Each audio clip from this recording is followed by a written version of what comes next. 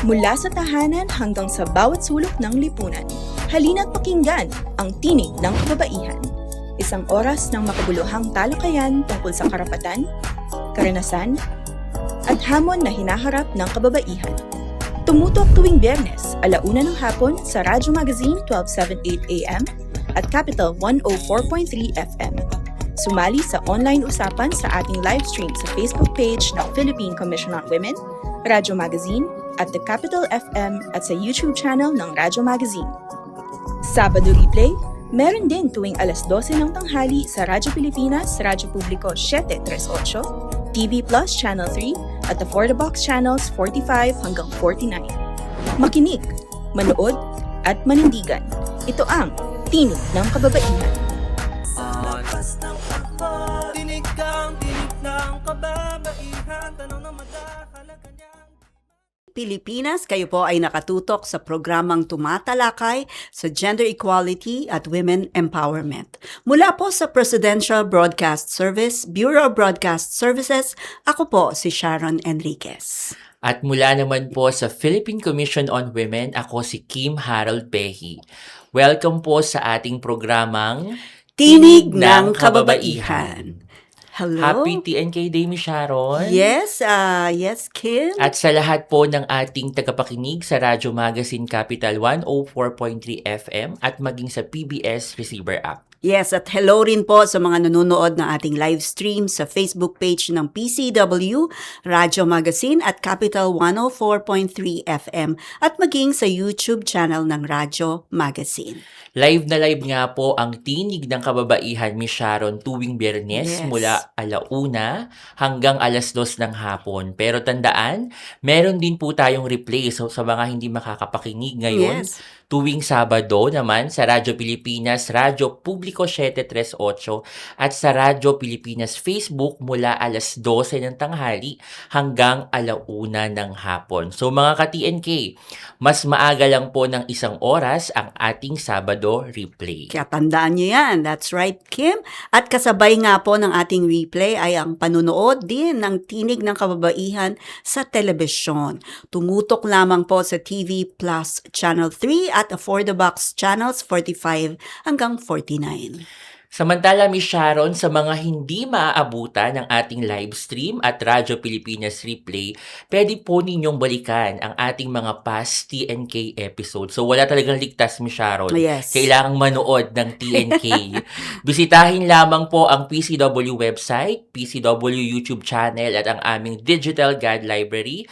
Makikita po ninyo ang mga link sa inyong mga screen. Ayan po sa baba, naka-flash. Yes. At wala talagang kawala, sabi mo nga, Kim, ang ating mga ka-TNK dahil marami silang choice o option para mapakinggan at mapanood ang ating programa. At higit sa lahat, marami tayong inihandang makabuluhang talakayan para sa kanila. At before ka magsalita, Kim, ipaalala ko lang po na paki-like and syempre mag-subscribe ang ating mga tagapakinig sa Radyo Magazine, sa PCW at saka sa Radyo Pilipinas. Ayan, yung 4 na yan at yung Capital 104.3 FM. Yeah. Paki-like lang po and subscribe po. Mag-subscribe kayo sa pages na yan.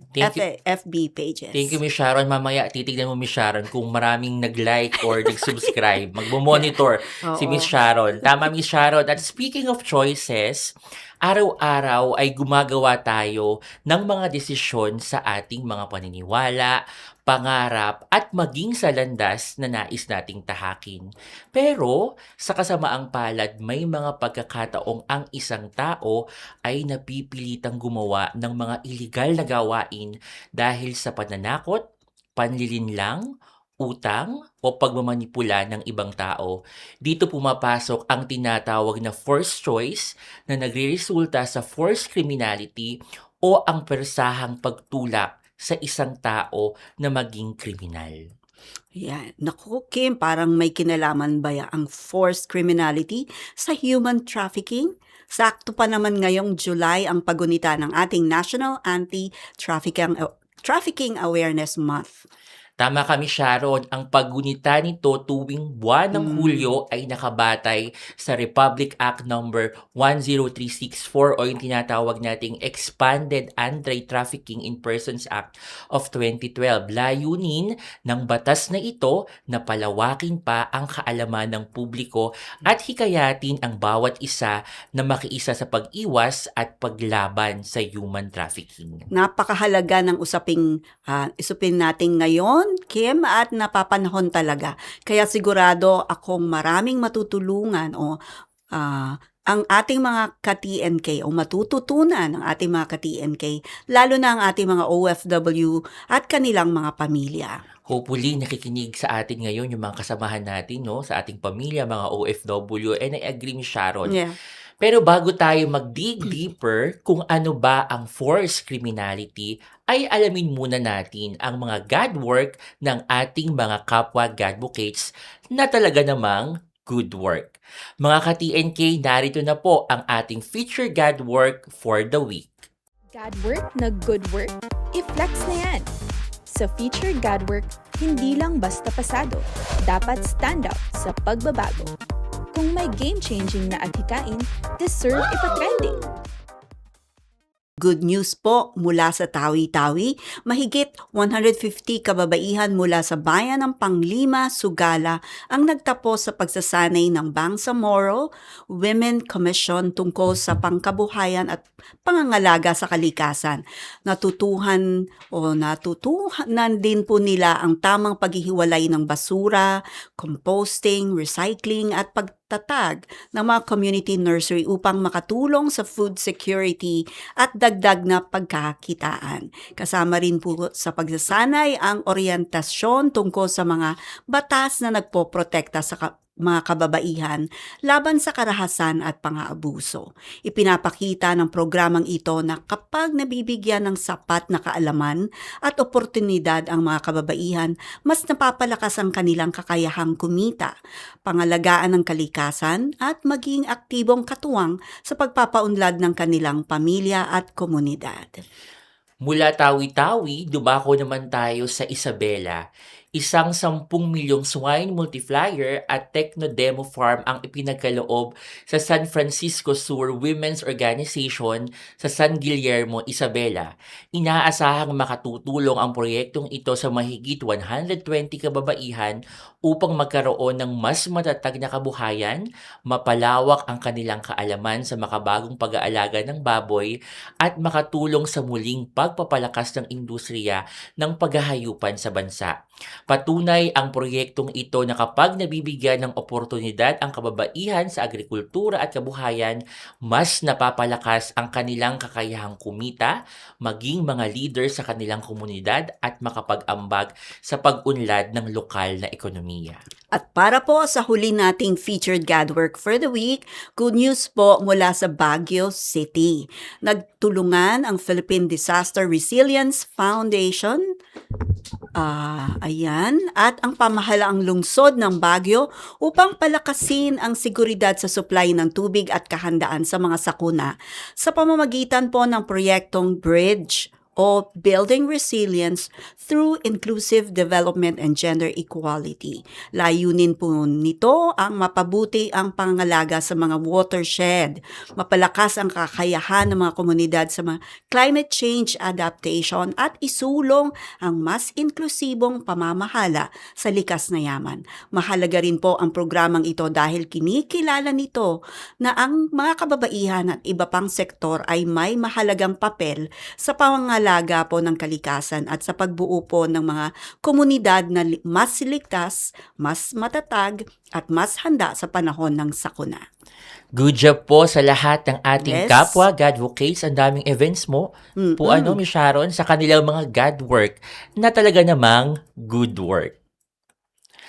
At upang ipaalam sa atin kung ano ang mga red flag ng tinatawag nating forced criminality para matulungan ang ating mga ka-TNK na iwasan ito, lalo na ang ating mga OFW, may makakasama tayo mula mismo sa Department of Migrant Workers.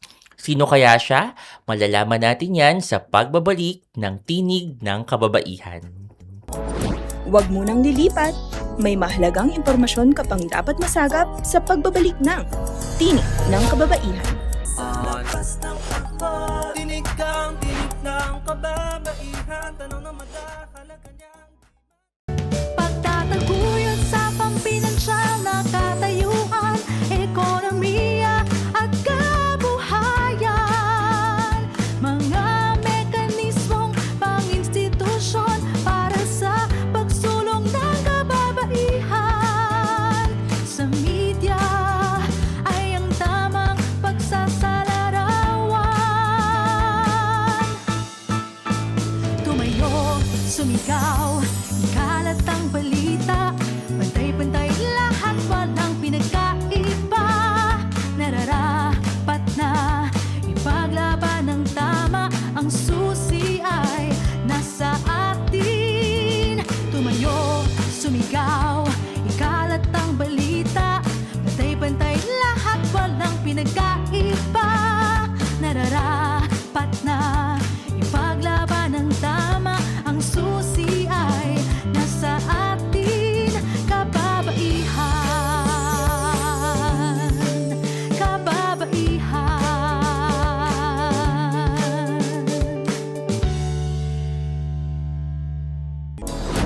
Tuloy ang daloy ng diskusyon. Nagbabalik ang inyong kaagapay sa pagkakapantay-pantay at pagpapalakas ng kababaihan. Ito ang Tinig ng Kababaihan.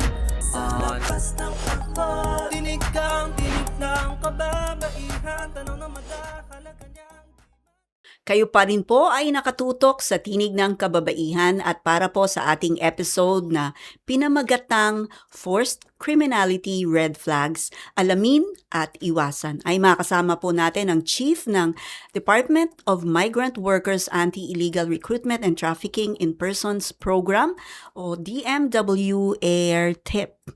Mga ka-TNK, ikinararangal po naming makapanayam ngayong araw si Attorney Christina Marie Joy B. Andal Escocia. O tawagin na lang po nating Attorney Tina. Happy TNK Day po, Attorney Tina.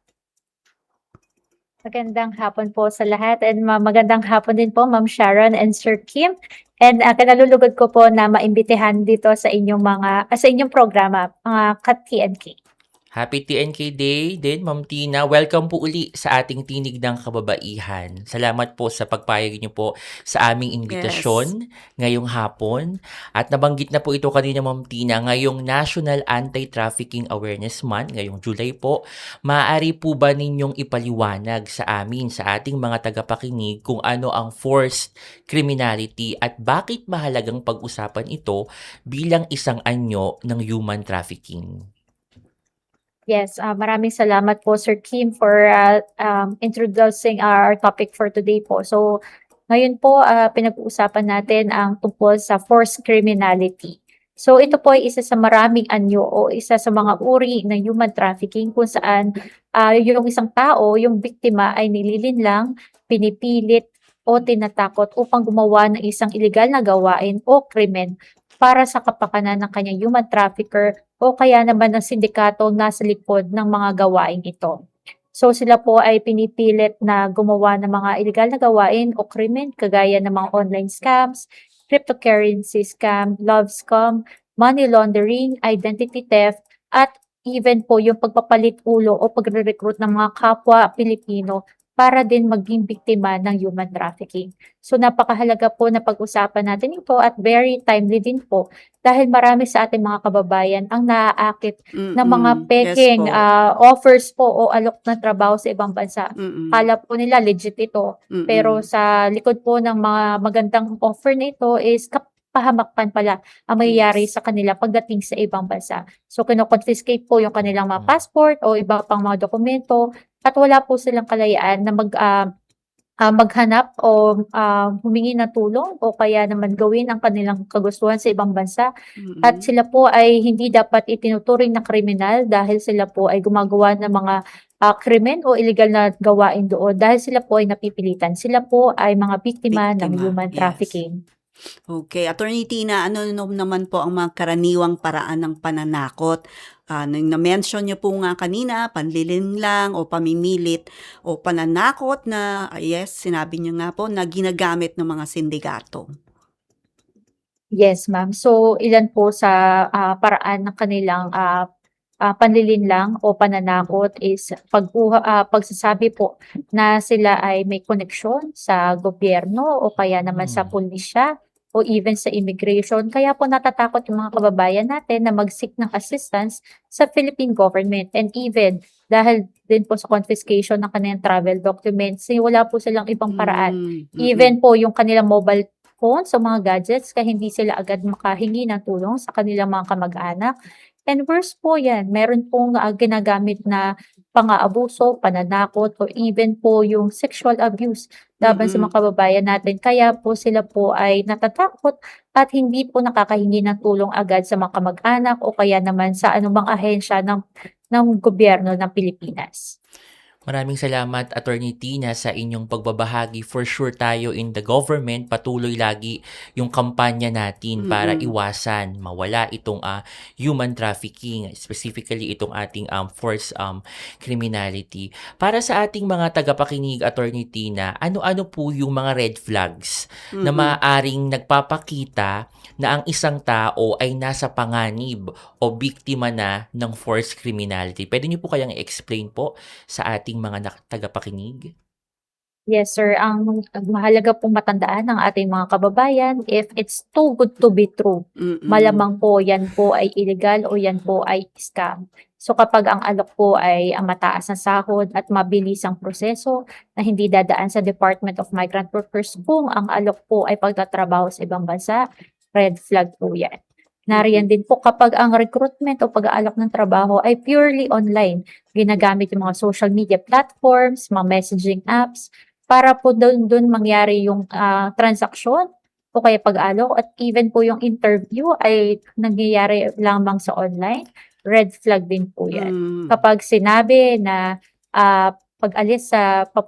paalis ng Pilipinas, hindi po sasabihin ang tamang rason ng kanilang pag-alis, hindi po o kaya itatago na sila po ay magtatrabaho sa ibang bansa dahil ang kanilang dokumento lamang ay kasama na passport ay tourist visa o kaya naman sa ibang mga bansa natin dahil wala tayong visa, magsisinungaling po o sasabihan ng ating mga kababayan na sabihin na magtuturist lang sa ibang bansa dahil ang pangako sa kanila pagdating sa ibang bansa ay doon ipoproseso ang kanilang working documents o working visa.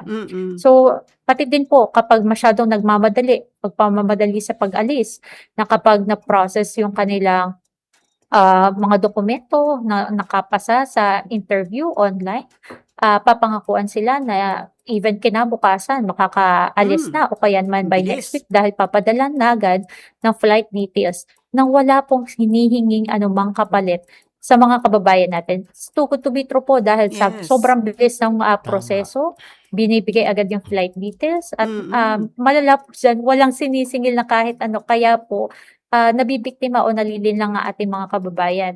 Nariyan po na kapag pagdating nga po sa ibang bansa, po sa kinukumpis kayong kanilang passport, mga dokumento, gadgets, nariyan din po na kaya po sila nagpipilitang magtrabaho doon dahil lahat ng ginastos sa kanila mula sa pag-process ng mga dokumento sa Pilipinas, sa pag-alis nila sa ibang bansa, pagdating doon, lahat po ng transaksyon para sila ay makarating doon ay sisingilin sa ating mga kababayan. So hindi po totoo na all expense paid yung po mga pangako nila kasi sa likod po ng magandang pangakong ito is yun nga po, sila po ay pinabaon sa utang, may debt bondage pagdating sa ibang bansa. Ang daming nabanggit, Miss Sharon, ni Attorney Tina, na mga red flag, particular na yung sa online, no? So, bawal maniwala kaagad yung ating mga kababayan lahat na kapag inalok ka ng trabaho online, papupuntahin ka abroad, interview, pinagmamadali ka, nako, at mataas yung sweldo, too good to be true na ito. Kaya sa ating mga tagapakinig ngayon, kapag kayo po ay nahanapan ng may nag-chat sa inyo online, Attorney Tina, wag po agad maniwala. Yes. dahil baka maging biktima kaagad kayo nitong ating forced criminality, isang anyo ng trafficking. Okay. Attorney, may mga kaso po ba kung saan ang mga naghahanap ng trabaho ay nauuwi sa forced criminality? Paano po ito nangyayari? Yes, ma'am. So nabanggit nga po kanina ni Sir Kim na mag-ingat po sa paghahanap ng trabaho. Kasi po, yan po ang nangyayari sa ating mga kababayan ngayon. Ang new Google po nila, ang new Google nila is through the social media platforms, Mm-mm. through Meta or Facebook account nila, or even sa TikTok. Doon sila nagsisearch ng trabaho sa Sa ibang bansa. TikTok. And even paggamit ng mga messaging apps gaya ng Telegram.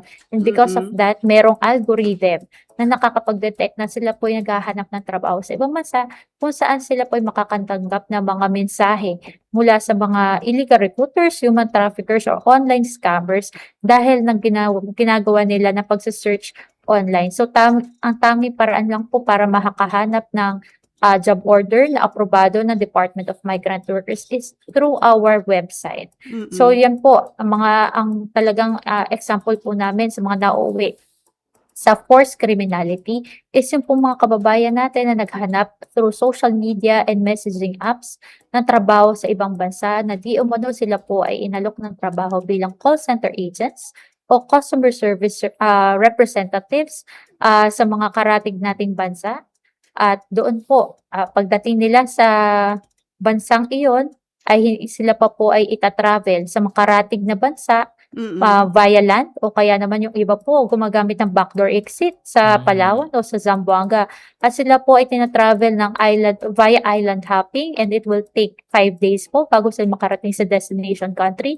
At pagdating nga po doon, kinukumpiska yung passport nila. Sila po ay pinapipirma ng sapilitan ng ibang employment contract kasi sila po ay gagawing scammers doon sa particular na bansang ito, at doon sila po ay pinagbabantaan at kaya naman po ay sinasaktan kapag hindi pumirma o hindi sumunod sa mga inuutos ng kanilang mga employer doon.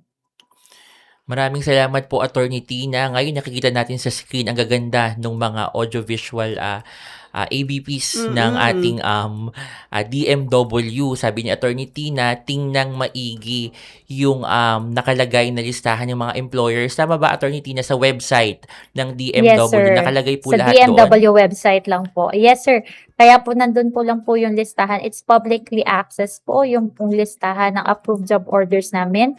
Pwede po silang mamili kung may target sila na bansa na gustong puntahan, o kaya naman may specifics po silang mga trabaho na gustong tingnan kung merong available na trabaho katulad ng hinahanap nila. O kaya naman may particular po silang agency na gustong doon mag-apply. So, kumpleto po yung listahan namin. And ito po kapag nakikita nila sa website namin na may approved job order, sigurado pong ito po ay legit na ipoproseso ng mga licensed recruitment agency. And take note lang po, wala po kami online transactions with the licensed recruitment agencies. Dapat po bumisita ng personal doon sa kanilang registered office address at doon po makipag-transaksyon at magbigay ng kanilang mga dokumento at pati din po yung bayad kung meron pong hinihinging placement fee, at bibigyan po sila ng mga resibo ng mga nabanggit na licensed recruitment agencies, ma'am. Sige po, Attorney Tina, para po sa kaalaman ng ating mga kababayan, ano po yung website ng Department of Migrant DMW. Workers? Yes po, i-type lang po ang dmw.gov.ph sa inyong mga search engine, o kaya naman po DMW website. Makikita po agad, magpa-flash po agad sa inyong screen na meron pong links po agad leading to the licensed recruitment agencies o kaya approved job orders. Makikita po nila doon yung listahan na mga pwede po nilang mahanap o mapag-applyan ng mga trabaho sa ibang bansa. Yan, maraming salamat po, Attorney Tina, sa inyong mga ibinahagi sa amin. Pero mga ka-TNK, pansamantala muna nating puputulin ang ating talakayan. Huwag po kayong aalis dahil sa aming pagbabalik, pag-uusapan naman natin ang mahalagang papel ng Department of Migrant Workers at ng DMW Airtip sa pagprotekta sa ating mga OFW laban sa human trafficking at forced criminality. Tatalakayin natin yan sa pagbabalik ng Tinig ng Kababaihan. Huwag munang lilipat, may mahalagang impormasyon ka pang dapat masagap sa pagbabalik ng Tinig ng Kababaihan. Lakas ng takbo, tinig kang tinig ng kababaihan. Tanong na madahalaga niyang Game, 1, 2, and... Paatuhon, balik at ulo, itapwetan, baywang at sus. Huwag mong titigan ang hindi sa'yo at maging disenteng tao. Pare, ang catcalling ay isang uri ng sexual harassment. Di biro ang sexual harassment at di nakakamacho ang pang-aabuso. Isang paalala mula sa Philippine Commission on Women.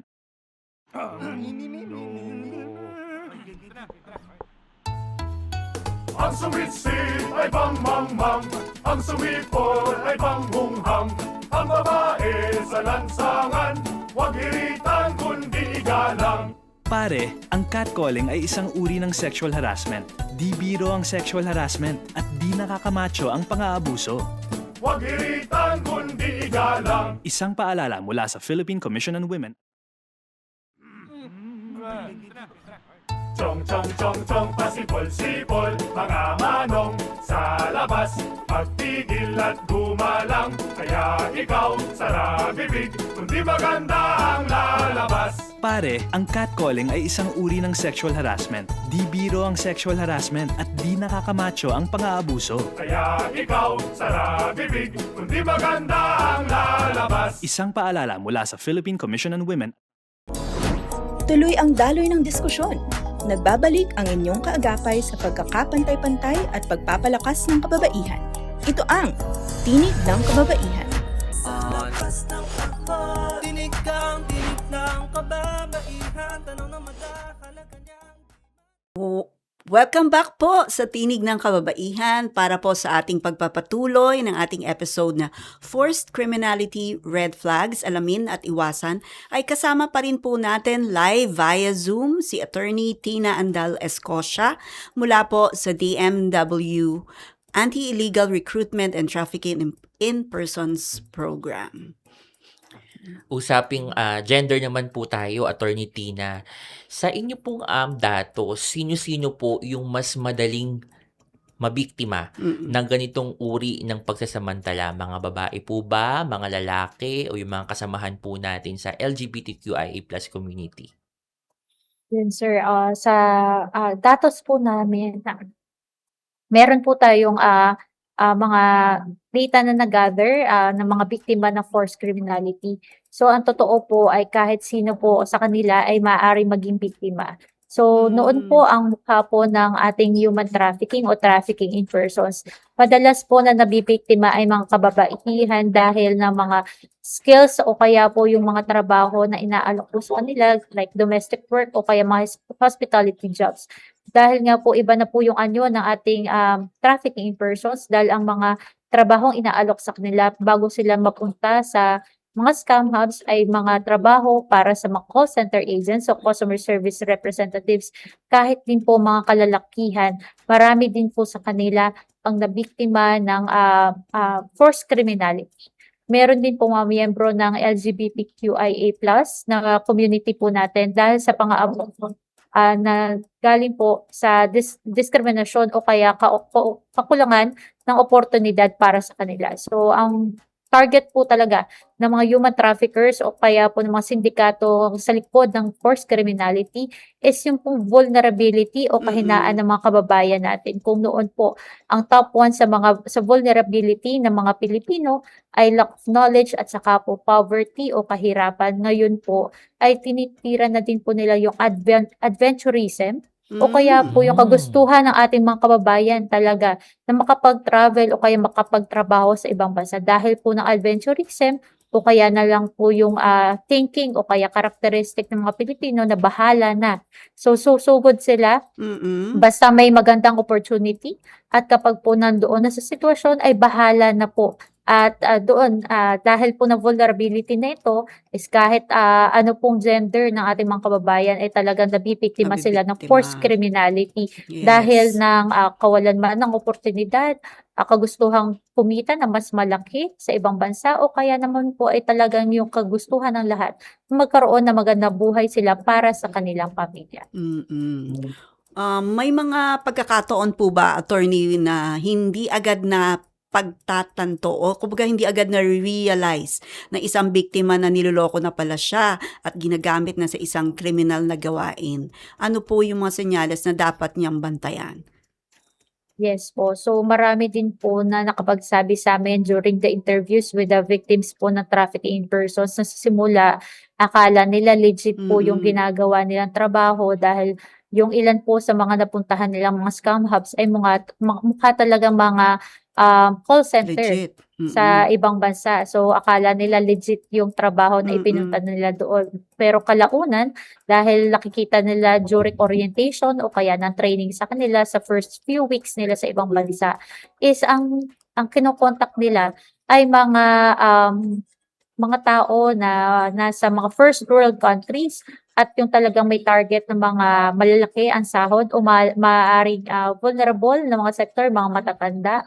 O kaya naman yung mayayaman na madaling maloko o makontrol nila doon, nakita nila na dahil gumagamit na sila ng mga peke o dummy accounts para makapanlin lang ng ibang tao, kaya naman po binibigyan sila ng listahan ng mga contact details na kailangan nilang ma-text o maloko. Kaya naman po, kahit yung mga lalaki po natin, pagdating doon is pinagpapanggap po sila mga babae. Ginagawa pong AI generated yung mga mukha nila and even voices nila para po makapanloko ng mga mabibiktima nila, and then saka po ito turn over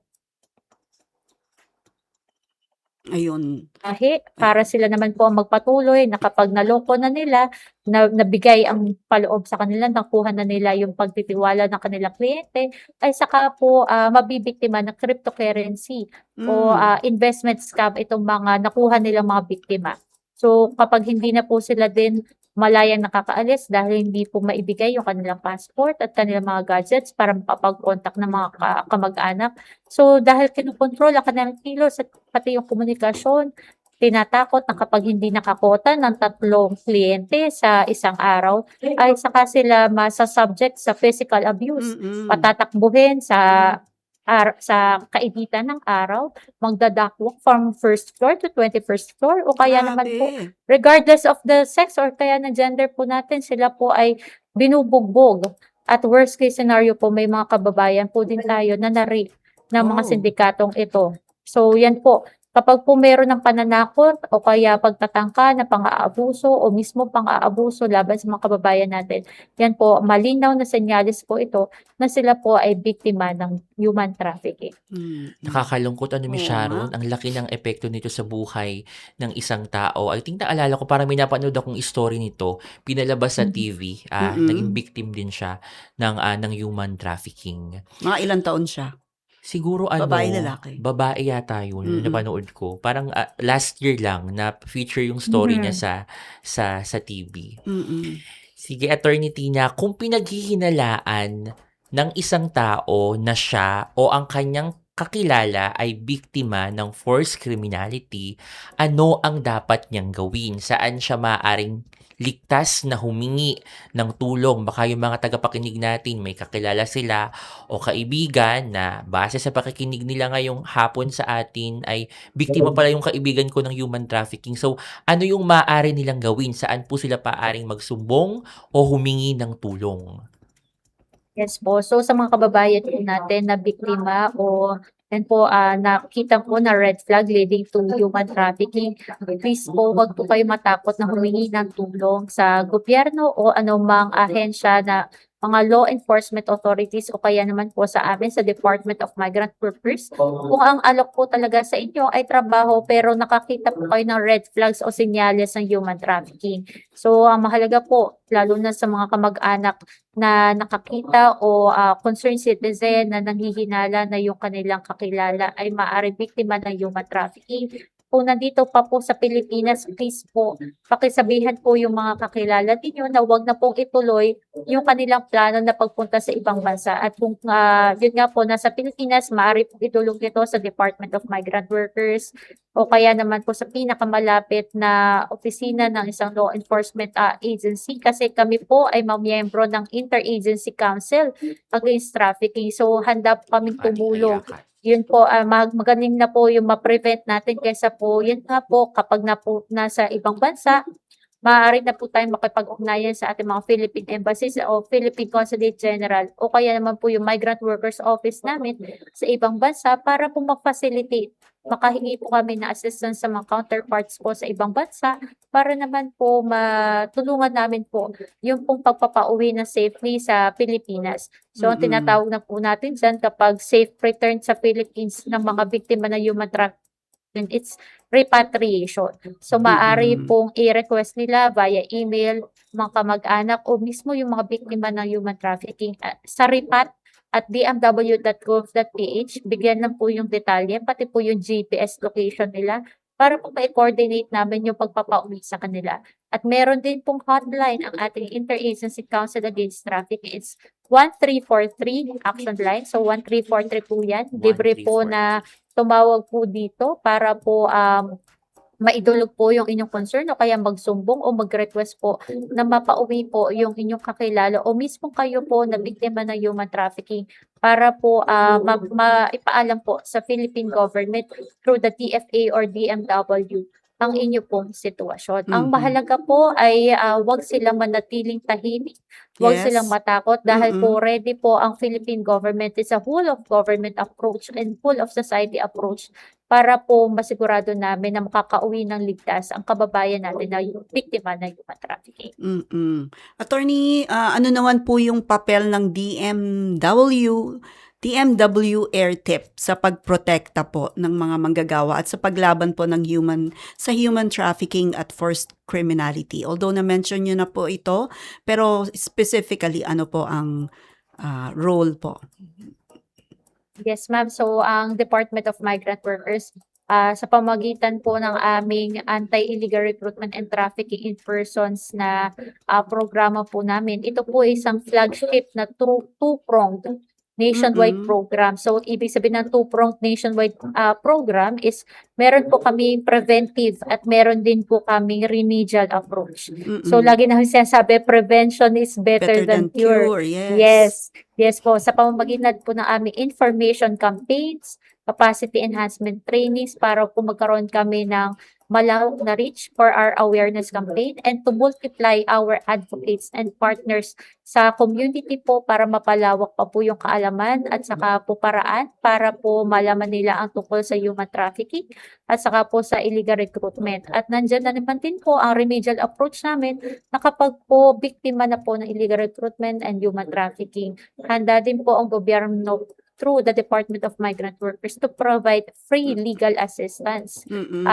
From counseling po yan, statement taking, at nandyan din po ang libreng pag-represent namin o bigyang kinatawan ang mga biktima ng illegal recruitment and human trafficking sa sasampa ng kaso. So, from filing po ng kanilang kaso hanggang matapos po yung kaso laban sa kanilang illegal recruiter at human traffickers, ay nariyan din po ang Department of Migrant Workers. For free po ito at kasabay din po niyan, nagbibigay din po kami ng financial assistance, psychosocial assistance, and reintegration package po sa kanila para po makapagsimula po sila ng panibagong buhay sa kabila po ng traumatic experience nila sa ibang bansa at para po ma-reintegrate sila to be part again of the society in the Philippines po. So, nakikipag-ugnayan din po kami bilang ang Department of Migrant Workers nga po is bahagi ng Interagency Council Against Trafficking. So, kabahagi po niya na pakipag-ugnayan po sa law enforcement authorities, other government agencies, civil society organizations, and even international organizations para po mapalawak pa po natin yung kampanya laban sa human trafficking at illegal recruitment. At yan nga po sa pamamagitan ng aming interagency and whole of society approach against trafficking in persons, mas marami po ang willing na tumulong at mabigyan po ng support services itong mga biktima natin ng human trafficking. Grabe, Miss Sharon, ang Oo, daming programa dami, no? at serbisyo na binibigay sa atin ng ating DMW at yung iba nating kasamahan sa AYACAT, sa Interagency Council Against Trafficking, kung saan ang Philippine Commission on Women ay isa ring miyembro ng AYACAT. Maraming salamat pong muli, Attorney Tina, sa inyong mahalagang pagbabahagi sa ating talakayan at sa ating pagbabalik. Alamin naman natin kung bakit dapat nating kilalanin ang mga biktima ng forced forced criminality bilang mga biktima ng pagsasamantala at hindi agad bilang mga kriminal. Mga ka-TNK, manatiling nakatutok dito sa ating programang Tinig ng Kababaihan. Huwag munang lilipat. May mahalagang impormasyon ka pang dapat masagap sa pagbabalik ng Tinig ng Kababaihan. Lakas ng takbo, tinig kang tinig ng kababaihan. Tanong na madahalaga niyang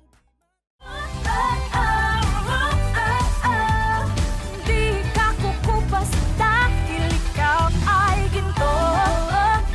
Ginto. Ikaw ay ginto. Kaya mong itaguyod ang karapatang pantao. Kung kaya nila, kaya mo rin ito. Kaya't huwag mong kalimutan, ikaw ay ginto. dapat bigyan ng halaga. Lahat ng tayo nagmula sa iyong sinapupunan. Ikaw may karapatang magdesisyon. Ang bagno sa ekonomiya ay hindi na iba. Hindi na iba sa aming kalalakihan. Isigaw sa maglabayan ang iyong kakayahan. Sa kaunlaran na kayang iyong maiambag. Ikay dito dapat bigyan ng Sa karangalan. tibay mo pusay, talisay kang tunay. May taglading ka mangha-mangha.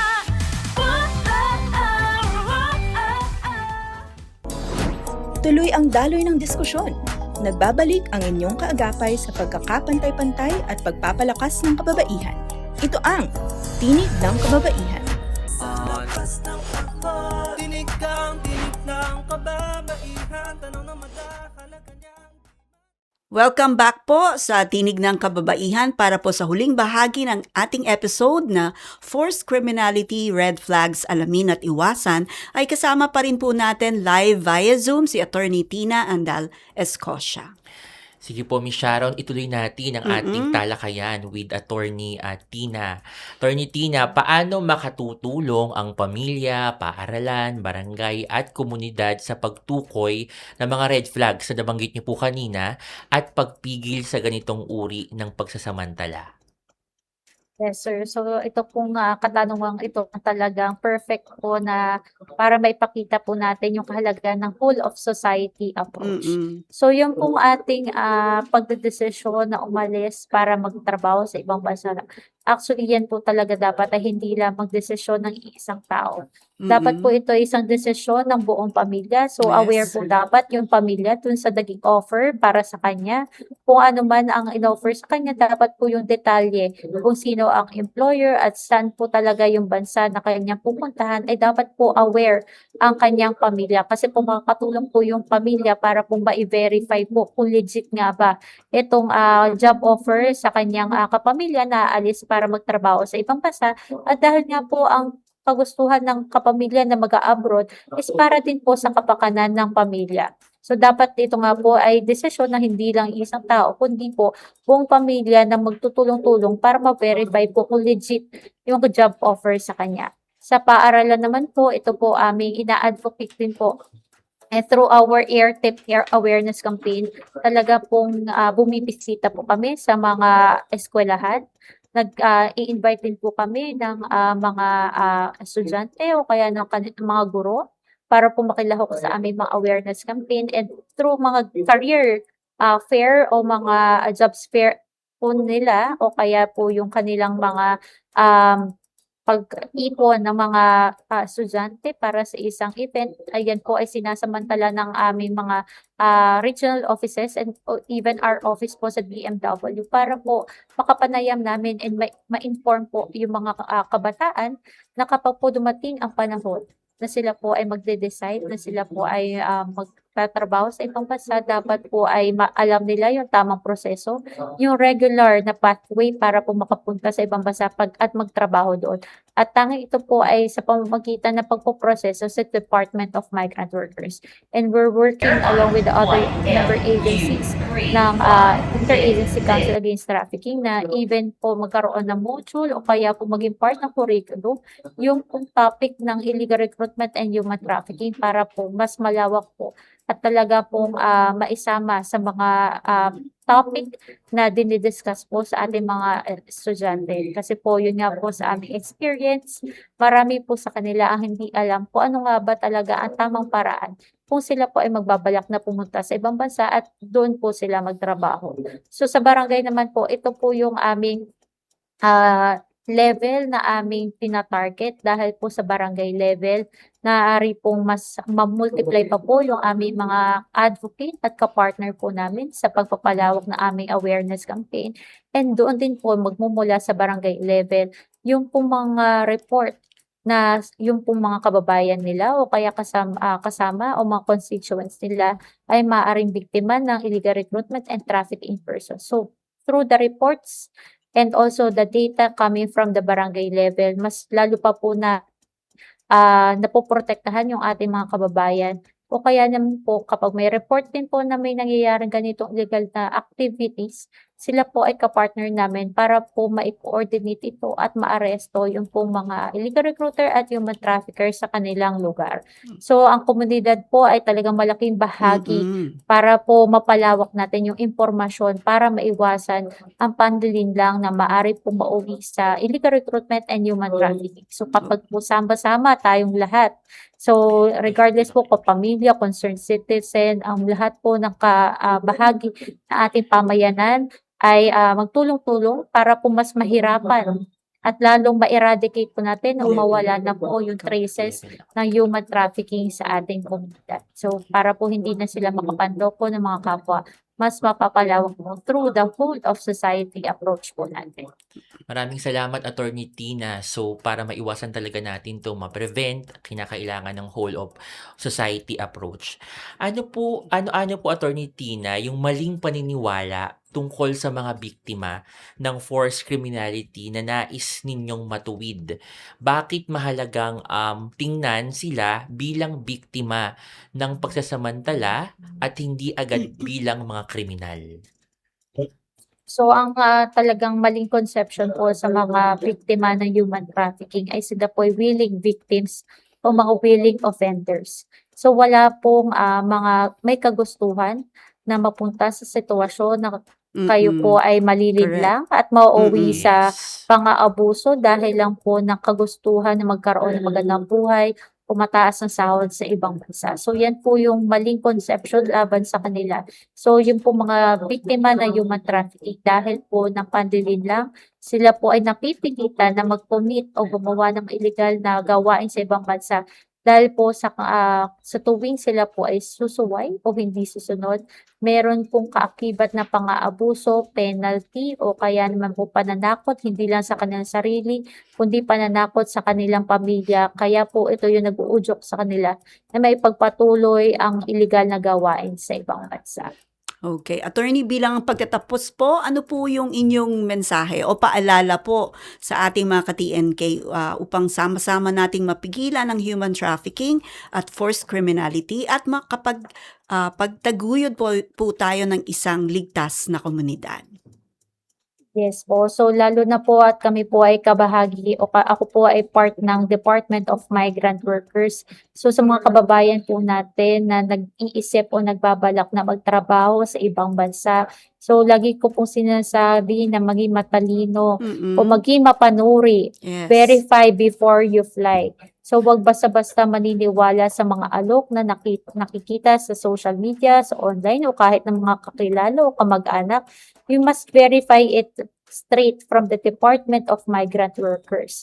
So yan nga po sabi nga namin, ang first step nila is to visit yung website namin para sa listahan ng mga licensed recruitment agencies and mga approved job orders para po ma-check na legit po yung gusto nilang tahakin o mag-apply na trabaho doon sa tina-target nila na approved job order ng isang licensed recruitment agency. So kapag meron po mga kahinahinala na mga alok o mga activities patungkol sa pag-aalok na trabaho sa inyo, maaari din pong ilapit yon sa Department of Migrant Workers. And the Department of Migrant Workers ay present na po sa lahat ng regions po natin. Maaring na po silang magpunta, hindi na po lamang sa central office namin sa Mandaluyong, kundi present na po kami sa lahat ng regions dito sa Pilipinas. Maaari din naman po through the IACAT hotline, pwede pong sumangguni din po doon sa 1343 para makipag-ugnayan. Maaari din po ma-endorse ito sa Department of Migrant Workers.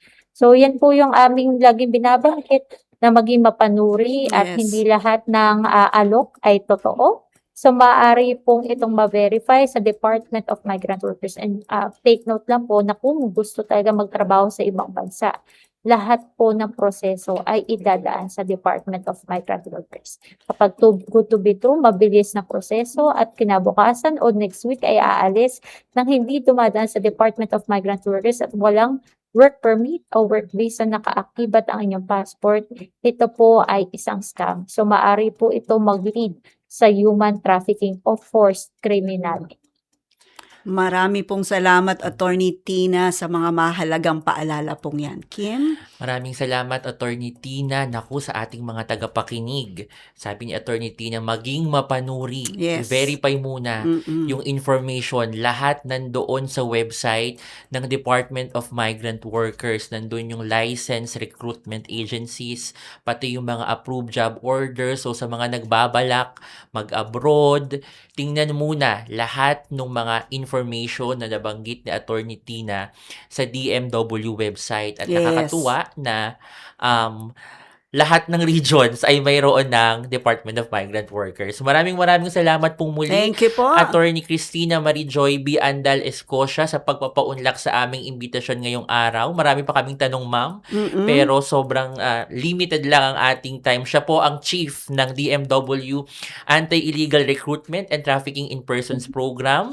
Maraming salamat din po sa lahat ng ating kapwa advocates mula sa Department of Migrant Workers, lalong-lalo na po sa Interagency Council Against Trafficking o AYACAT. At sa punto pong ito, mga ka-TNK, nais nating pasalamatan ang Presidential Broadcast Service Bureau Broadcast Services, sa pamumuno po ng Radyo Pilipinas, sa pamumuno po ni Officer in Charge, Sir Alan Alianige, at lahat po ng mga production personnel na nakatuwang po natin ngayon sa broadcast. Salamat din po sa mga nakasama natin mula sa Philippine Commission on Women na pinamumunuan ng aming chairperson Ermelita Valdea-Villa at sa social marketing section ng PCW na bumubuo ng TNK production team. Tandaan, ang mga ka-TNK, lahat tayo ay human, hindi laruan. Huwag magpalinlang sa mga alok na trabaho na too good to be true. Maging mapanuri, makialam kung kinakailangan at itimbre ang anumang kahinahinalang sitwasyon sa AYACAT 1343 Action Line. Dahil sa paglaban sa human trafficking, mahalaga ang bawat boses at bawat pagkilos. Mga ka-TNK, ako po si Sharon Enriquez. At tandaan din po natin na tayo ay iisang nasyon, iisang aksyon laban sa human trafficking. Ang mga biktima ng forced criminality ay hindi natin dapat husgahan agad bilang mga kriminal. Marami sa kanila ang napilitang gumawa ng mga illegal na gawain dahil sa pananakot, panlilinlang at pagsasamantala. Kaya ngayong National Anti-Trafficking Awareness Month, iisa pa rin ang ating sigaw, Stop Human Trafficking. Mga ka-TNK, sa ngalan po ni Ms. Hani Castro, ako po si Kim Harold Pehi. Manatiling nakatutok sa ating himpilan hanggang sa susunod na episode ng ating programang Tinig ng Kababaihan. Tinig ng kababaihan. Tanong na madahalaga niyang di matatawaran. Sa lapas ng